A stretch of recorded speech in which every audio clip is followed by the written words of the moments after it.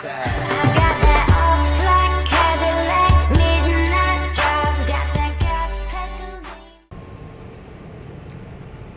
वालेकुम फ्रेंड्स, मैं Mohammad Abdullah direction maker की जानिब से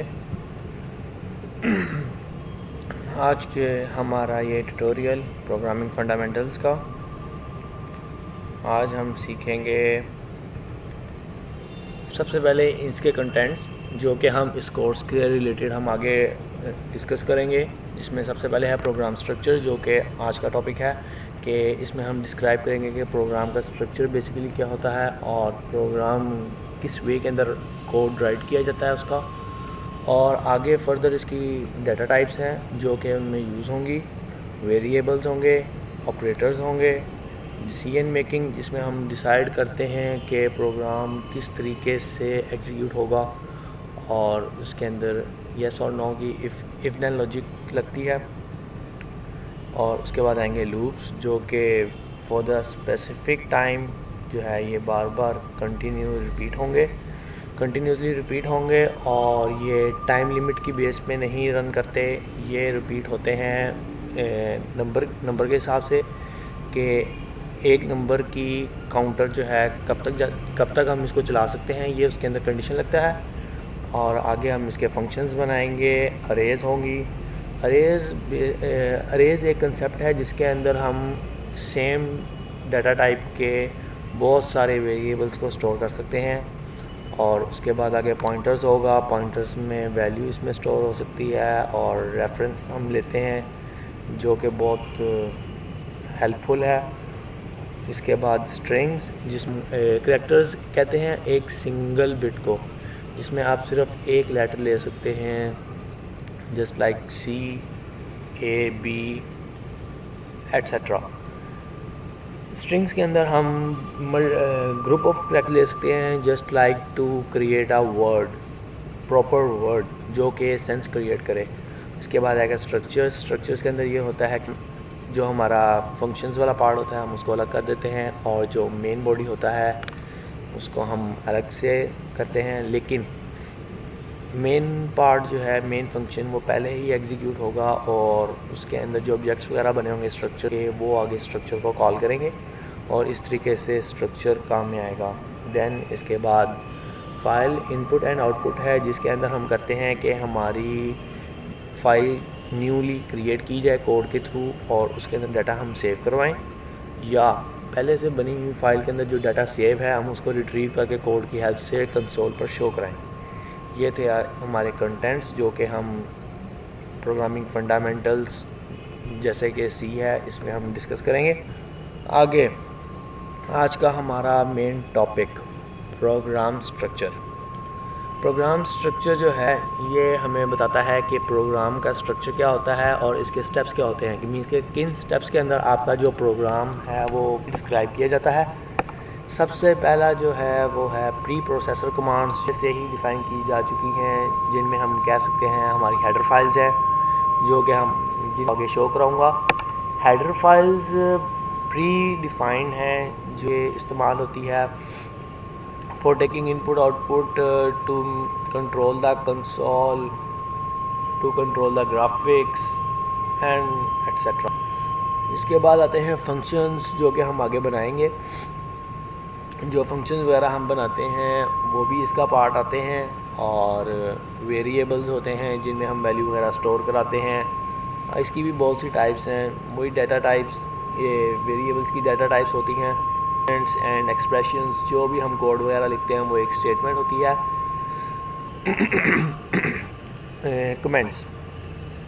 कमेंट्स हम लेते हैं ताकि बाद में अगर हम दोबारा से कोड ओपन करें तो वो हमारे लिए हेल्पफुल साबित हो और हमें उस चीज़ से आइडिया हो जाता है कमेंट से कि हमने इस कोड को किस पर्पज़ के लिए लिखा था, किस मकसद के लिए लिखा था और इसका यहाँ पे क्या फ़ायदा है और इससे क्या हो रहा है प्रोग्राम में। ये इसलिए हमारे पास कमेंट्स बहुत ज़्यादा हेल्पफुल हैं। आगे कमेंट्स की बहुत सी टाइप्स हैं जो आगे फर्दर हम डिस्कस करेंगे। सिंगल लाइन कमेंट है, मल्टीपल लाइन कमेंट्स हैं, वो हम आगे डिस्कस करेंगे। अब हम आगे चलते हैं आज की इस एग्जांपल पे जो कि प्रोग्राम स्ट्रक्चर की एग्जांपल है। सबसे पहले है hash include stdio.h। Hash include is a keyword. Hash is यूँ कह सकते हैं कि अल्फ़ान्यूमेरिक है या अल्फ़ाबेटिक नंबर है। चूँकि ये इसका सिंटैक्स है तो और ये बहुत ज़्यादा लाजमी है, इसी तरीके से लिखना है और ये स्मॉल लेटर्स के अंदर लिखना है क्योंकि ये केस सेंसिटिव है। हैश इंक्लूड आगे एंगुलर ब्रैकेट्स में stdio.h। बहुत से लोग इसको स्टूडियो पढ़ जाते हैं जो कि फ़र्स्ट टाइम पढ़ते हैं, क्योंकि इसमें यू मिसिंग है, इस वजह से इसको हम स्टूडियो पढ़ जाते हैं नादानी में। stdio का मतलब है स्टैंडर्ड इनपुट आउटपुट। आगे .h हेडर फाइल की एक्सटेंशन है। आगे नेक्स्ट लाइन है इंट मेन, ये हमारे पास है इस प्रोग्राम का मेन फंक्शन। हम यहाँ पर जो इंट वर्ड लिखा है कीवर्ड, इसकी जगह हम वॉइड भी दे सकते हैं। इंट का मतलब होता है कि ये कोई ना कोई वैल्यू शो कराएगा, ठीक है। हम यहाँ पे वॉइड दे देते हैं कि इसकी कोई रिटर्न टाइप नहीं है। इंट का मतलब रिटर्न टाइप आनी लाजमी है, लेकिन हाँ अगर हम यहाँ पे लिख देते हैं तो उसके लिए कोई इतना इशू नहीं है कि वो कोई जो है ना रिटर्न टाइप शो करेगा। उसके लिए ये वाली लाइन लिखना लाजमी नहीं है, रिटर्न 0। अब आगे ये सिंटैक्स के मुताबिक कर्ली ब्रैकेट है जो कि ओपनिंग कर्ली ब्रैकेट है और इसके लिए आ गया comment. This syntax this slash and asterisk shows that it is a multiple line comment and it ends with this static slash। ये ओपन होता है स्लैश स्टैटिक से और क्लोज होता है स्टैटिक स्लैश से। माई फर्स्ट प्रोग्राम इन सी, ये हमारा पहला प्रोग्राम है। सो प्रिंट एफ फंक्शन है कि आपने कंसोल पे क्या चीज़ को प्रिंट करवाना है और ये फंक्शन हैंडल होता है इस लाइब्रेरी की हेल्प से stdio.h, क्योंकि अभी मैंने इसकी आपको फॉर्म बताई स्टैंडर्ड इनपुट आउटपुट। सो इनपुट और आउटपुट का लेना देना इसी से है और प्रिंट एफ का काम है कि आपको आउटपुट शो करना, इसलिए इसका लिंक इस फाइल के साथ है स्टैंडर्ड इनपुट आउटपुट के साथ। आगे इसका syntax bracket inverted comma start hello world. जो हम इस चीज़ में टाइप करेंगे वो एज इट इज़ हमें कंसोल पे शो होगी। देन इसके बाद आता है ये चीज़ backslash N is a escape sequence और ये भी हम आगे फर्दर डिस्कस करेंगे, पूरे प्रॉपर वे में नहीं करेंगे लेकिन आइडिया हो जाता है कि इसका काम क्या है। एक्चुअली बैकस्लैश एन यहाँ पर काम कर रहा है नेक्स्ट लाइन की तरफ मूव करने के लिए। अगर जब जहाँ पे इन्वर्टेड कोमास के अंदर हम बैकस्लैश एन का यूज़ करेंगे उधर इसका मतलब होगा कि हेलो वर्ल्ड को प्रिंट करने के बाद नेक्स्ट लाइन में कर्सर मूव कर जाएगा। ये है इसका concept. And then bracket close और इसका एंड होता है सेमीकोलन से। हम कोडिंग के दौरान जो भी स्टेटमेंट्स वगैरह लिखते हैं उनका एंड हम हमेशा सेमीकोलन से करते हैं, जिसको हम स्टेटमेंट टर्मिनेटर के नाम से भी बुलाते हैं। अगर ये नहीं होगा तो ये एरर शो कराएगा जब हम इसको कंपाइल करेंगे। इसके बाद ये इसका रिटर्न 0। अब मैं आपको बताता हूँ एरर्स की टाइप्स। एरर 3 टाइप्स के होते हैं, एक होता है लॉजिकल एरर, दूसरा होता है सिंटैक्स एरर और एक होता है run time error. Logical error के अंदर हम क्या करते हैं, फॉर एग्जांपल हमने करना है प्लस करवाना है 2 वैल्यूज़ में और उसका जो सम है वो हमने रखवाना है थर्ड वन में, तो हम प्लस करने की जगह माइनस कर देते हैं, जेन में ही नहीं रहता, गलती से हो जाता है, तो ये हमारे पास आ जाता है लॉजिकल एरर।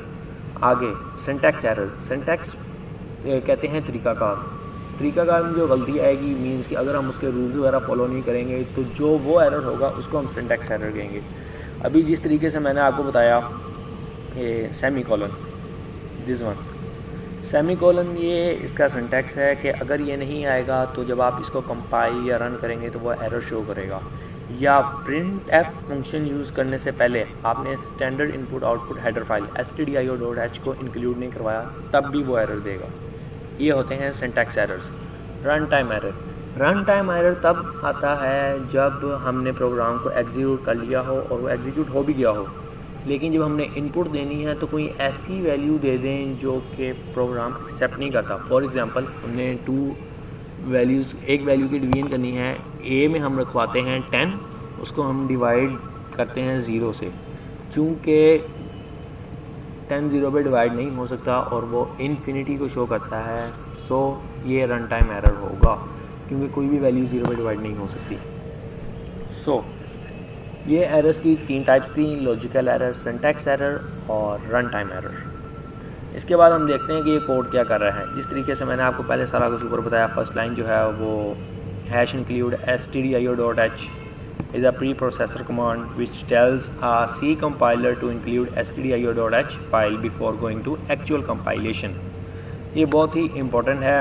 अगर हमने कोई भी वैल्यू प्रिंट करवानी है कंसोल पे या फिर यूज़र से वैल्यू लेनी है तो ये लाजमी है, अदरवाइज़ वो सिंटैक्स एरर शो करेगा जब भी आप इसको कंपाइल या एग्जीक्यूट करने जाएंगे। तो दूसरा पॉइंट है, next line int main is the main function where the program execution begins. जिधर से हमारा असल काम शुरू होता है वो ये है। इसकी जगह आप इंट मेन की जगह पे, ये जो इंट मेन आपके पास है ये इंट मेन, इसकी जगह आप लोग वॉइड मेन भी लिख सकते हैं, कोई एरर नहीं, कोई टेंशन वाली बात नहीं है। आगे थर्ड पॉइंट है, द नेक्स्ट लाइन इज़ 1। जैसा कि मैंने आपको बताया था ये मल्टीपल लाइन कमेंट्स को शो करता है, तो ये आगे उसने बता दिया, will be ignored by the compiler and it has been put to add additional comments in the program, so such lines are called comments in the program। ये कंपाइलर की तरफ से इग्नोर कर दी जाती हैं और ये कंपाइलर का इससे कोई कंसर्न नहीं होता, इसलिए ये आप जब मर्ज़ी जिधर मर्ज़ी यूज़ कर सकते हैं। लेकिन जिधर आप इसको ओपन करेंगे उधर आपको इसको क्लोज़ भी करना पड़ेगा, जो कि बहुत ज़्यादा लाजमी है, नहीं तो सारे का सारा कोड कमेंट्स में जाता रहेगा और जब तक आप इसको क्लोज नहीं करेंगे वो कमेंट्स में ही रहेगा, और जब आप इसको रन करेंगे तो वो एरर शो करेगा क्योंकि कमेंट्स का आपने एंड नहीं किया, मीन्स कि इसको क्लोज नहीं किया। फोर्थ वन, एक और सिंगल लाइन कमेंट जो इसकी एक टाइप है, ये मल्टीपल लाइन कमेंट्स में आ जाता है। सिंगल लाइन कमेंट्स को हम शो करते हैं डबल स्लैश के साथ, forward slash but double 2 times, just like I will show you in the program। The next line printf is another function available in C which causes the message hello world to display on the screen। printf का जो काम है वही मैंने आपको बताया था कि जो भी आपका इसके अंदर वर्ड्स पढ़े हैं, जो भी सेंटेंस वगैरह लिखा है वो एज इट इज़ आपका कंसोल पे डिस्प्ले हो जाएगा। Then next line return 0 terminates the main function and returns the value 0, क्योंकि हमने ऊपर वैल्यू दी थी इंट, क्योंकि उसने रिटर्न तो करना था इंटीजर में, सो दैट्स वाई ये रिटर्न्स द वैल्यू 0। अब हम मूव करते हैं अपने प्रोग्राम के कोड की तरफ। इसके लिए हम टूल डाउनलोड करते हैं टर्बो C++।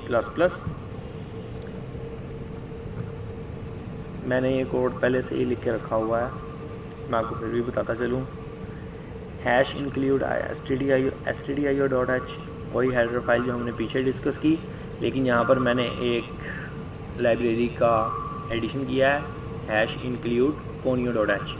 conio.h के अंदर con ये शो करता है कंसोल को, io एज इट इज़ ऊपर की तरह input output, means console input output, means कि जिस तरीके से मैंने आपको बताया था कि ये कंसोल के अंदर हैंडल करेगा कि इसने कंसोल को कैसे शो कराना है। ये भी एक हेडर फाइल है और इसकी आगे एक्सटेंशन है।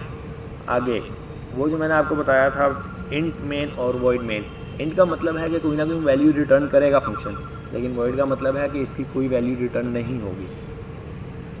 आगे इसके बाद है ये क्लियर स्क्रीन का फंक्शन। क्लियर स्क्रीन एक ऐसा ही बिल्ट इन फंक्शन है, हम इसको एक सिंगल स्टेटमेंट के अंदर लिख देते हैं, CLR SCR bracket open bracket close and the terminator statement terminator. इससे ये होता है कि आपकी कंसोल पे जो भी पहले डाटा लिखा होता है या कोई भी स्टेटमेंट, कोई भी सेंटेंस वगैरह लिखा होता है तो वो आपकी स्क्रीन को, आपके कंसोल को क्लियर कर देता है। मैं आपको इस चीज़ को शो कराता हूँ।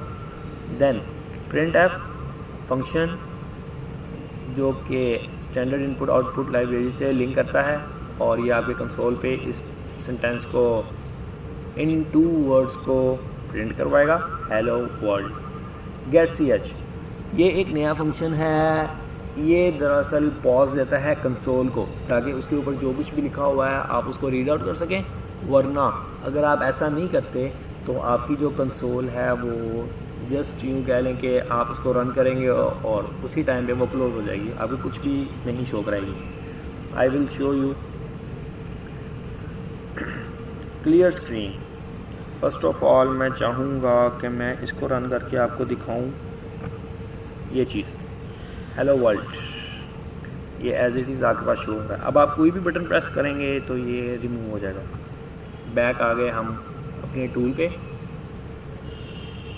अच्छा जी, ये मैं आपको बताने जा रहा हूँ अभी सिंगल लाइन कमेंट का। ये सिंटैक्स है सिंगल लाइन कमेंट का। इस वक्त ये कमेंट सिंगल लाइन कमेंट में है और कंपाइलर इस CLR SCR को इग्नोर कर देगा। अगर आपको याद हो तो अभी हमने रन किया था और वहाँ पे वर्ड आ रहा था हेलो वर्ल्ड। जब हम इसको अगेन रन करेंगे वो वर्ड ऐसे का वैसे ही लिखा रहेगा और आगे दोबारा से वो शो करेगा hello world. Hello world means कि वो जो लास्ट वाला था वो एज इट इज़ और अब वाला उसके आगे प्रिंट हुआ है।